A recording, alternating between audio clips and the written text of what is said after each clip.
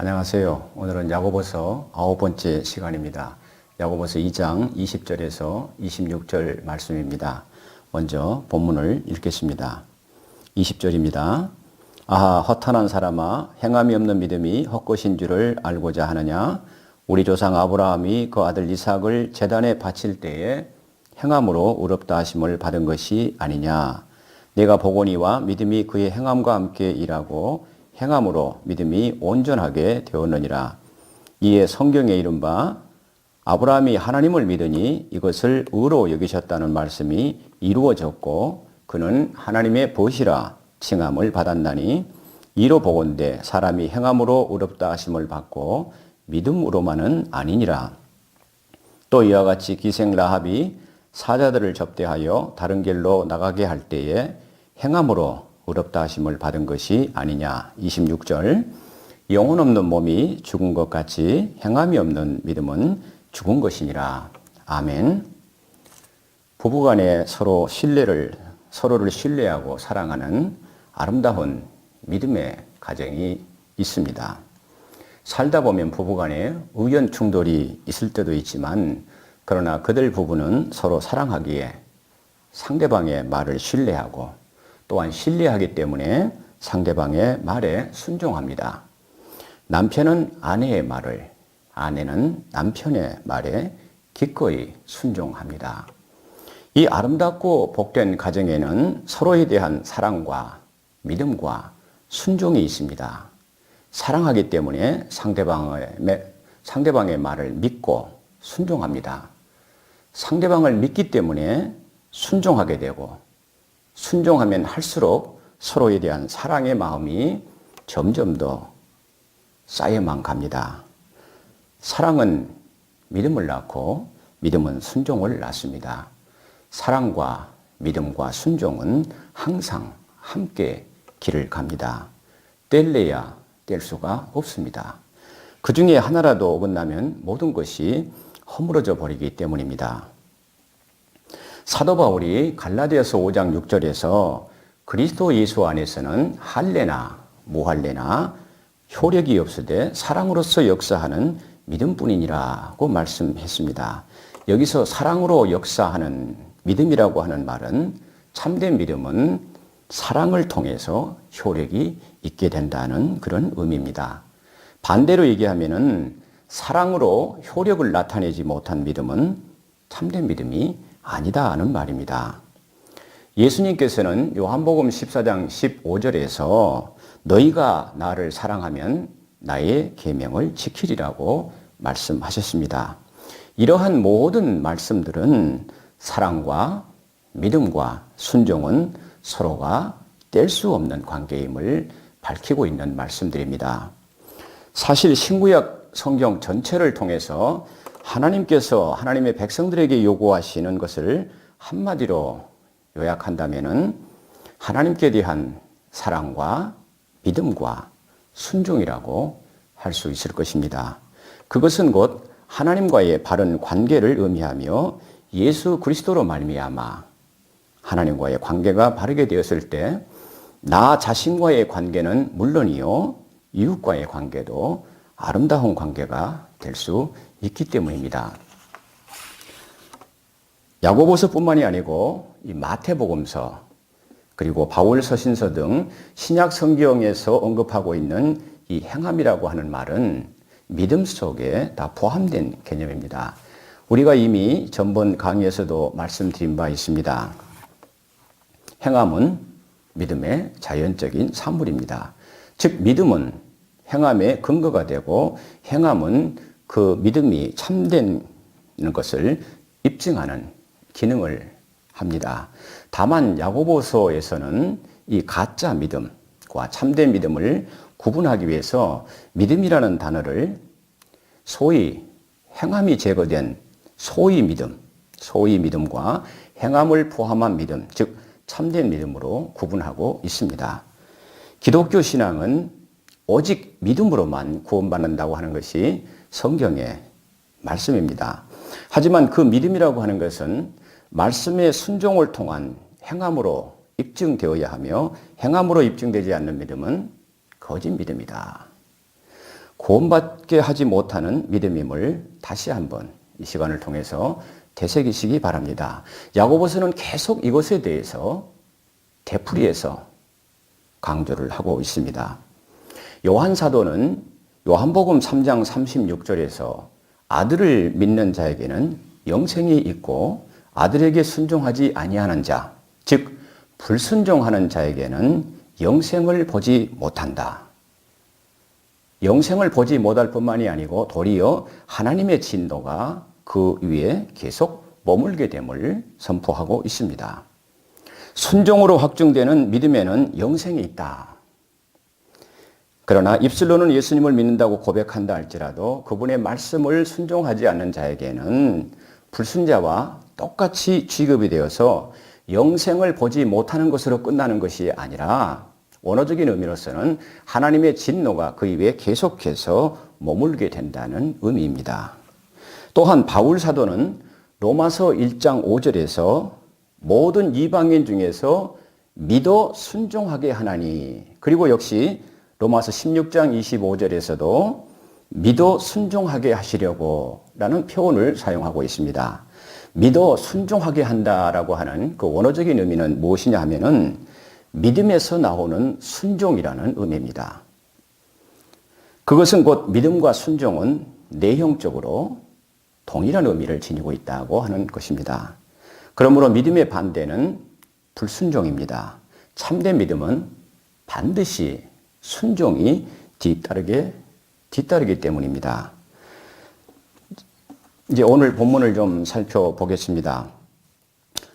그동안에 야고보 사도는 오늘 본문 바로 이 앞달락까지는 주로 이제 부정적인 측면에서 믿음을 이렇게 살펴보았는데, 오늘 본문에서는 이 아브라함과 그 라합의 사례를 들어서 살아있는 믿음의 진수, 즉 믿음에 있어서 가장 중요하고 본질적인 내용이 무엇인가. 다시 말씀드리면은 믿음이라고 하는 것은 바로 이거야 라는 것을 보여주고 있습니다.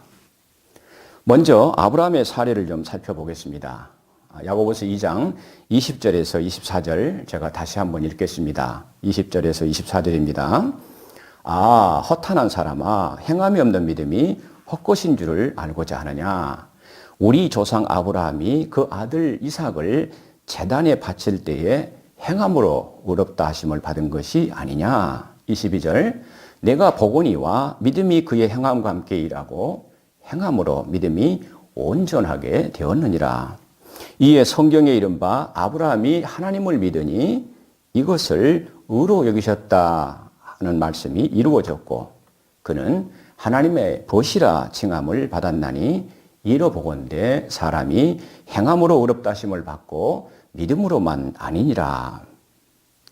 21절에 보시게 되면은 우리 조상 아브라함이 그 아들 이삭을 제단에 바칠 때에 행함으로 의롭다 하심을 받은 것이 아니냐라고 하여 마치 믿음이 아닌 행함으로 의롭다 함을 받는 것 같은 그러한 느낌을 지금 본문에서 주고 있습니다. 그렇다면은 이것은 사도 바울이 로마서와 갈라디아에서 그처럼 강조했던 오직 믿음으로만 구원을 받는다는 것에 대해 야고보서는 그러면 반론을 제기하는 것이냐라는 의문을 갖게 됩니다. 여기서 우리가 잊지 말아야 할 것은 야고보서가 특별히 강조하고자 하는 핵심이 어디에 있는가, 그 핵심이 무엇인가를 우리가 알아야 합니다. 아브라함의 믿음에 대하여 사도 바울은 로마서 4장 1절에서 3절 말씀을 통해서 아브라함이 행위로서가 아닌 오직 믿음으로 의롭다함을 받았다고 기록하고 있습니다. 로마서 4장 1절에서 3절까지를 제가 읽겠습니다. 그런즉 육신으로 우리 조상인 아브라함이 무엇을 얻었다 하리요? 만일 아브라함이 행위로서 의롭다 하심을 받았으면 자랑할 것이 있으려니와 하나님 앞에서는 없느니라. 성경이 무엇을 말하느냐? 아브라함이 하나님을 믿음에 그것이 그에게 의로 여겨진 바 되었느니라 라고 로마서 4장 1절에서 3절 말씀을 이렇게 기록하고 있습니다. 이 로마서 4장 말씀에 이 배경이 되는 성경이 있습니다. 바로 창세기 15장을 로마서 4장은 배경으로 하고 있습니다. 창세기 15장의 배경을 잠시 좀 살펴보면은 아브라함이 75세에 내가 너로 큰 민족을 이루고 내게 복을 주어 내 이름을 창대하게 하리니 너는 복이 될지라라고 하는 하나님의 약속의 말씀을 믿고 바로 약속의 땅 가나안으로 들어옵니다. 그리고 지금 창세기 15장의 그 배경은 아브라함이 약속의 땅에 들어온 지 어언 10년이라는 세월이 흘렀습니다. 자, 75세에 하나님의 부름을 받았습니다. 10년이라는 세월이 흘렀습니다. 그러다 보니까 아브라함도 이제 80대 중반의 나이가 되었습니다. 그의 아내 사레는 70대 중반에 이르게 되었습니다. 하나님이 약속해 주셨음에도 불구하고 아직 스라에 자녀가 없습니다. 그러던 어느 날 밤에 환상 중에 아브라함아 두려워하지 말라. 나는 내 방패요 너의 지극히 큰 상급이라 하는 여호와의 말씀이 아브라함에게 임합니다. 아브라함이 여호와 하나님에게 이렇게 질문을 합니다. 주께서 내게 씨를 주지 않으셔서 나는 아직 자식이 없습니다. 그러니 나의 상속자는 내가 집에서 기른 저 신실한 다메섹 사람 엘리에셀이 저 상속자가 될 것입니다. 라고 하나님께 그렇게 말을 합니다. 그러자 하나님께서 아니다. 그 사람이 네 상속자가 아니라 네 몸에서 날 자가 바로 네 상속자가 되리라 하시면서 아브라함을 밖으로 이끄십니다. 그러면서 네가 저 밤하늘에 빛나는 저 수많은 무뼈를 셀 수 있나 한번 보아라. 네 자손이 이와 같으리라고 말씀하십니다. 그때 아브라함이 여호와의 그 말씀을 믿습니다. 하나님께서는 아브라함의 이 믿음을 귀하게 보셨고 그리고 아브라함의 그 믿음을 의로 여기셨다라고 하는 것이 창세기 15장 6절의 말씀입니다. 그런데 오늘 야고보서 이 본문에서 다루고 있는 이 아브라함의 사건은 사도 바울이 로마서 4장에서 다루고 있는 아브라함의 사건과는 그 장소와 시기와 환경이 전혀 다른 배경을 지금 가지고 있습니다. 삶의 자리가 같은 아브라함의 사건이지만은 오늘 야고보서에서 창세기 22장을 배경으로 하고 있는 사건은 삶의 자리가 다르다는 얘기입니다. 오늘 본문에 등장하는 아브라함의 사건은 바로 창세기 22장을 배경으로 하고 있습니다. 창세기 22장은 하나님의 말씀을 따라서 아브라함이 100세에 낳은 아들 이삭을 하나님께 제물로 바치라는 그런 장면이 나옵니다. 창세기 22장 1절로 4절까지를 제가 또 읽겠습니다. 창세기 22장 1절로 4절입니다. 그 일 후에 하나님이 아브라함을 시험하시려고 이것이 우리가 야고보서 1장 2절에서 내 형제들아 너희가 여러 가지 시험을 당하거든 할 때 이 시험하고 같은 단어를 쓰고 있습니다. 히브리어서는 그 낫사라는 동사를 쓰는데 이 헬라어에는 페이라조라고 하는 그래서 같은 그 신약 성경을 히브리어로 쓴 성경을 보면은 이렇게 페이라조로 이렇게 기록이 되어 있습니다. 시험하시려고 그를 부르시되 아브라함아 하시니 그가 이르되 내가 여기 있나이다. 2절입니다. 여호와께서 이르시되 내 아들 네 사랑하는 독자 이삭을 데리고 모리아 땅으로 가서 내가 내게 일러준 한 산 거기서 그를 번제로 드리라. 아주 자세하게 세밀하게 하나하나 지시하신 걸 봅니다. 3절입니다. 창세기 22장 3절. 아브라함이 아침에 일찍이 일어나 나귀의 안장을 지우고 두 종과 그의 아들 이삭을 데리고 번제에 쓸 나무를 쪼개어 가지고 떠나 하나님이 자기에게 일러주신 곳으로 가더니 4절 제3일에 아브라함이 눈을 들어 그곳을 멀리 바라본지라. 이에 아브라함이 종들에게 이르되 너희는 여기서 기다리라. 내가 아이와 함께 거기 가서 예배하고 우리가 너희에게로 돌아오리라 하고 이것이 창세기 22장 1절로부터 4절의 내용입니다. 자, 눈에 넣어도 아프지 않을 100세에 얻은 아들 이삭입니다. 자기 생명보다 더 귀한 사랑하는 아들 이삭을 하나님이 지시한 곳 바로 모리아 그 산에 가서 제물로 바치기 위해서 3일 길을 걸어갔다는 겁니다. 그때 아브라함의 심정을 여러분 한번 헤아려 보시기 바랍니다. 아무튼 오늘 본문 야고보서 2장 21절에서 23절 말씀, 우리 조상 아브라함이 그 아들 이삭을 제단에 바칠 때에 행함으로 의롭다 하심을 받은 것이 아니냐. 네가 보기에 믿음이 그의 행함과 함께 일하고 행함으로 믿음이 온전하게 되었느니라. 이에 성경에 이른바 아브라함이 하나님을 믿으니 이것을 의로 여기셨다는 말씀이 이루어졌고, 자, 창세기 15장에서 아브라함이 하나님께 믿음으로 의롭다 함을 받은 사실이 온전하게 드러난 사건이 바로 창세기 22장에서 이삭을 바친 때라고 지금 야고보 사도는 얘기를 합니다. 사실 아브라함이 이러한 믿음에 이르기까지는 수많은 실수도 있었고 허물도 많이 있었습니다. 많이 넘어졌습니다. 그런 것을 통해서 숱한 연단을 통해서 지금 오늘의 믿음에 이르게 된 겁니다. 그 결과 아브라함은 죽은 자를 살리시며 없는 것을 있는 것으로 부르시는 하나님, 아브라함이 100세나 되어 자기 몸이 죽은 것 같고 그의 안에 사례의 태가 죽은 것 같음을 알았음에도 불구하고, 알았기에 도저히 바랄 수 없는 상황 가운데서도 잉태케 하신 그 하나님의 신실하심과 전지전능하심, 자기를 향하신 하나님의 계획과 뜻을 아브라함은 경험에 의해서 가슴 깊이 지금 깨닫고 있습니다. 그러했기에 인간의 이성과 경험칙으로서는 도저히 이해할 수도 없고 이해도 되지 않는 하나님의 명령이었음에도 불구하고 아브라함은 기꺼이 순종할 수 있었습니다. 창세기 22장 1절에 보시면은 하나님이 아브라함을 시험하시려고 이렇게 나옵니다. 그리고 그가 3일 길을 걸어서 그것도 하나님께서 지시하신 바로 그 장소까지 가서 아들 이삭을 제물로 바치라고 하신 것은 조금 전에 말씀드린 대로 바로 아브라함의 믿음을 테스트하신 것이다 하는 겁니다. 3일 길을 가는 동안에 아브라함이 혹시 이런 생각을 가졌을지도 모릅니다. 아니, 아마 가졌을 것입니다.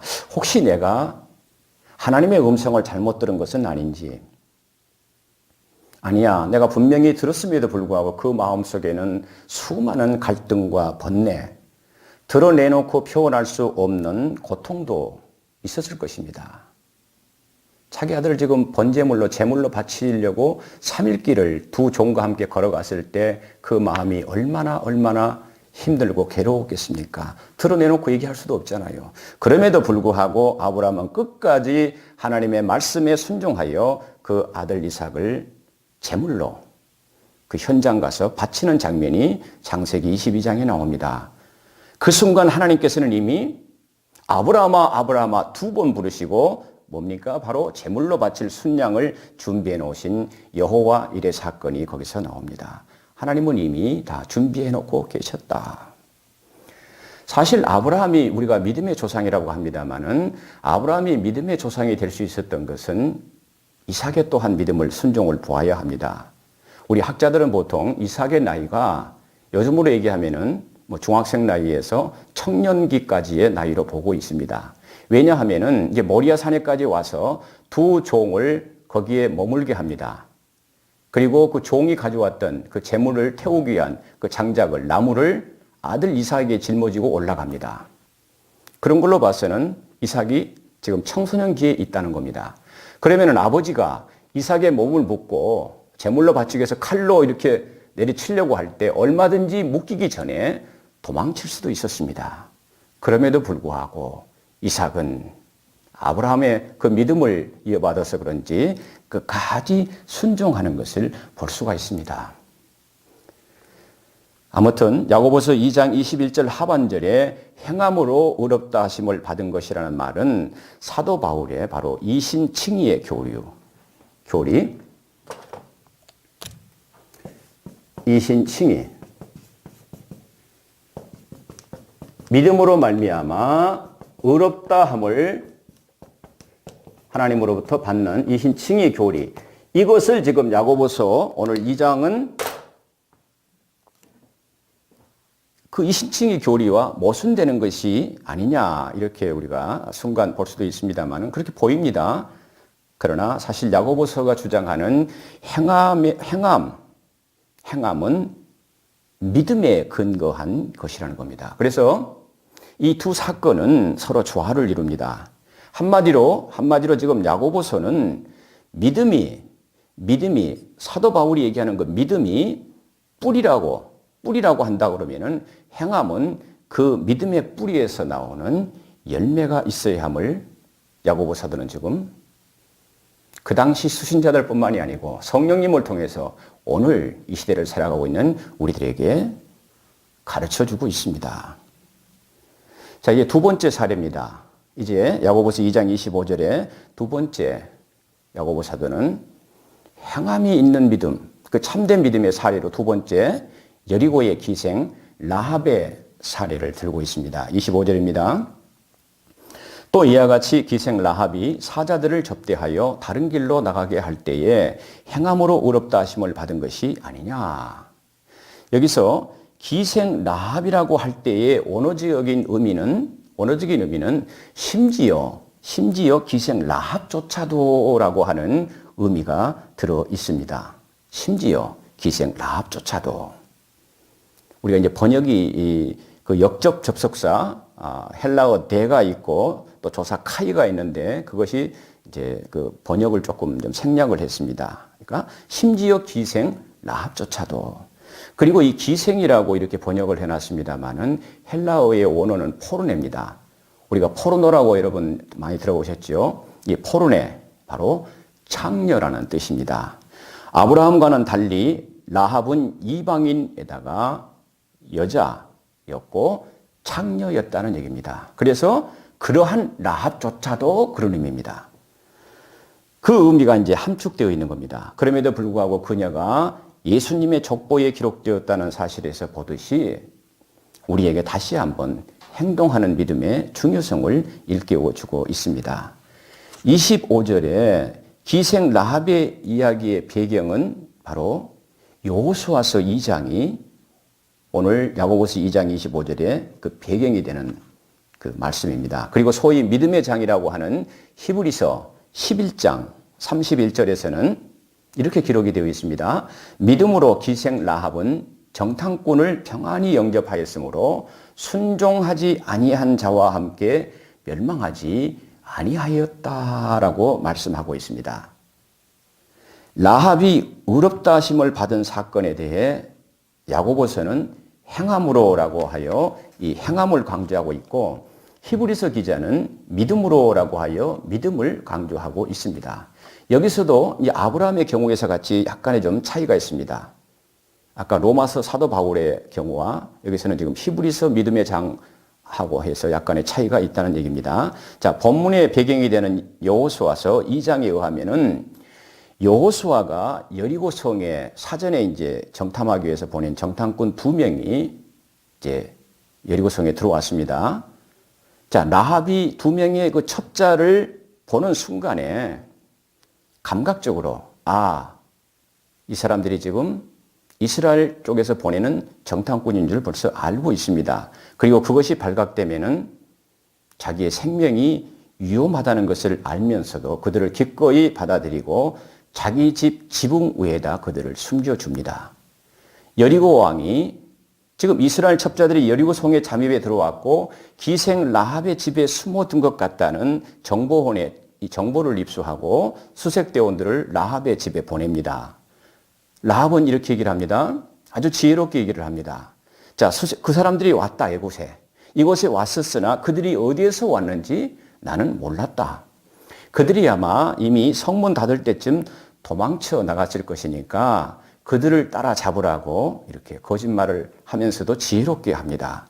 그런 뒤에 그들이 나간 뒤에 라합은 지붕 위에 숨겨놓은 그 두 정탐꾼에게 이제 올라갑니다. 올라가서 그동안 당신네 하나님이 어떠한 분이신지를 고백하며 당신네들이 이곳 여리고성을 차지하게 되면은 자신의 부모 형제들을 선대해 줄 것을 그들과 약조를 합니다.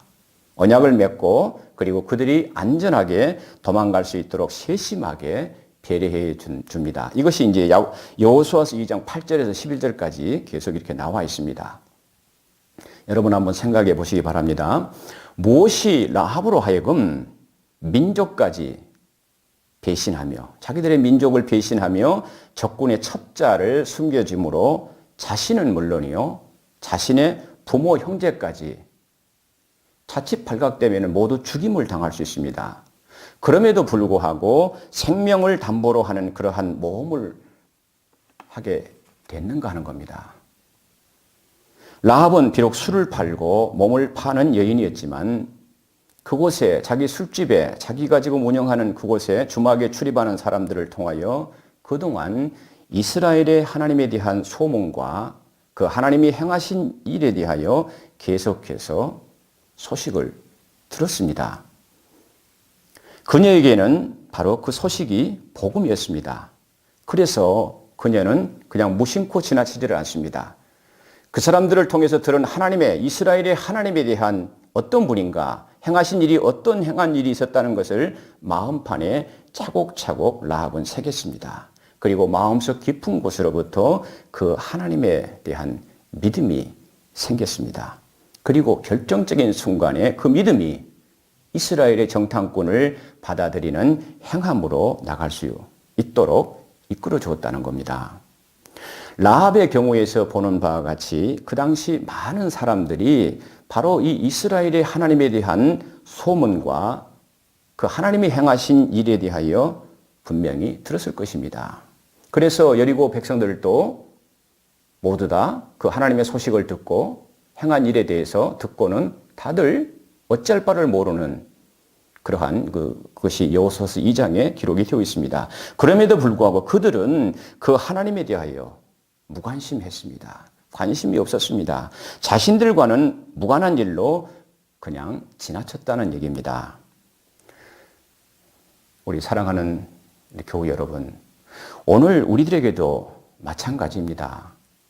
하나님의 말씀을 듣는 것이 먼저이고 대단히 중요하지만 그것을 살아있는 내 믿음으로 승화시키지 못한다면 나와 주님과는 아무런 관계가 없습니다. 구원과는 관계가 없다는 말씀입니다. 히브리서 기자와 야고보서 기자가 라합에 대한 믿음을 서로 다른 관점에서 보고 있을 뿐이지 결론은 참 믿음이 무엇인가 하는 것을 지금 우리들에게 보여주고 있습니다. 아까 사도 바울에 의해서 로마서에 의해서 사도 바울의 그 믿음과 야고보서에서 얘기하는 그 믿음도 역시 같은 결론입니다. 히브리서 기자는 라합의 그 하나님에 대한 그 믿음의 자세, 마음의 자세, 그 모습을 히브리서 기자는 믿음으로 본 겁니다. 라합의 귀한 믿음으로 보는 겁니다. 그런데 이 야고보서 오늘 본문의 야고보서 기자는 라합의 그 믿음의 바탕 위에서 정탐꾼을 받아들여 숨겨주고 또 도망갈 수 있도록 해주는 일련의 능동적인 행위를 본 것입니다. 이것은 다름 아닌 참된 믿음의 나무에서 신실한 행함의 열매가 맺힌다는 사실을 우리들에게 깨우쳐주고 있습니다. 그래서 야고보 사도는 마지막 26절에 영혼 없는 몸이 죽은 것 같이 행함이 없는 믿음은 죽은 것임을 거듭 선언하고 있습니다. 아브라함은 유대인으로서 경건한 사람이었습니다. 그와는 반대로 라합은 이방인으로서 타락한 삶을 살았던 여리고 장녀였습니다. 그럼에도 불구하고 아브라함도 라합도 똑같이 믿음으로 하나님의 백성이 된 것입니다. 행함은 믿음의 열매입니다. 나무는 그 열매로 할 수 있습니다. 예수님은 산상설교 마지막 결론 부분 마태복음 7장에서 계속 이것을 말씀해 주고 있습니다. 야고보서를 통해 말씀하고 있는 믿음의 잣대로 오늘 21세기를 살아가고 있는 오늘날 우리들의 믿음을 한번 측량을 해본다면 어떨까요? 기준에 맞는 믿음이 얼마나 될까요? 사실 두려운 얘기입니다. 초대교회 성도들은 자신들의 믿음을 순교로서 입증했습니다. 오늘날 우리들의 믿음이 왜 이처럼 허약해졌을까요? 자, 하나님의 나라와 그의 의는 망각한 채, 아니 입술로는 고백합니다. 신앙 고백은 잘합니다. 그러나 하나님에 대한 두려움이 없습니다. 두려움이 없습니다. 두려움이 없다 보니까 믿음의 목적과 동기가 자기 중심적인 기복에 두고 있다는 얘기입니다. 거기에 더하여 진리와 비진리가 섞여버립니다. 종교 혼합주의, 종교 다원주의, 타협주의, 그리고 사람의 중심이 되고 세상 세속이 들어오는 인본주의, 이 시대의 교회를 점점 멍들어 가게 하고 있습니다. 여러분, 다시 말씀드립니다. 신앙에는 중간지대, 회색지대가 없습니다. 우리 모두 입술로만 주여 주여 하지 말고 말과 행동이 일치하는 삶, 행함으로 여러분의 믿음을 입증하는 삶을 살아가시기 바랍니다. 감사합니다.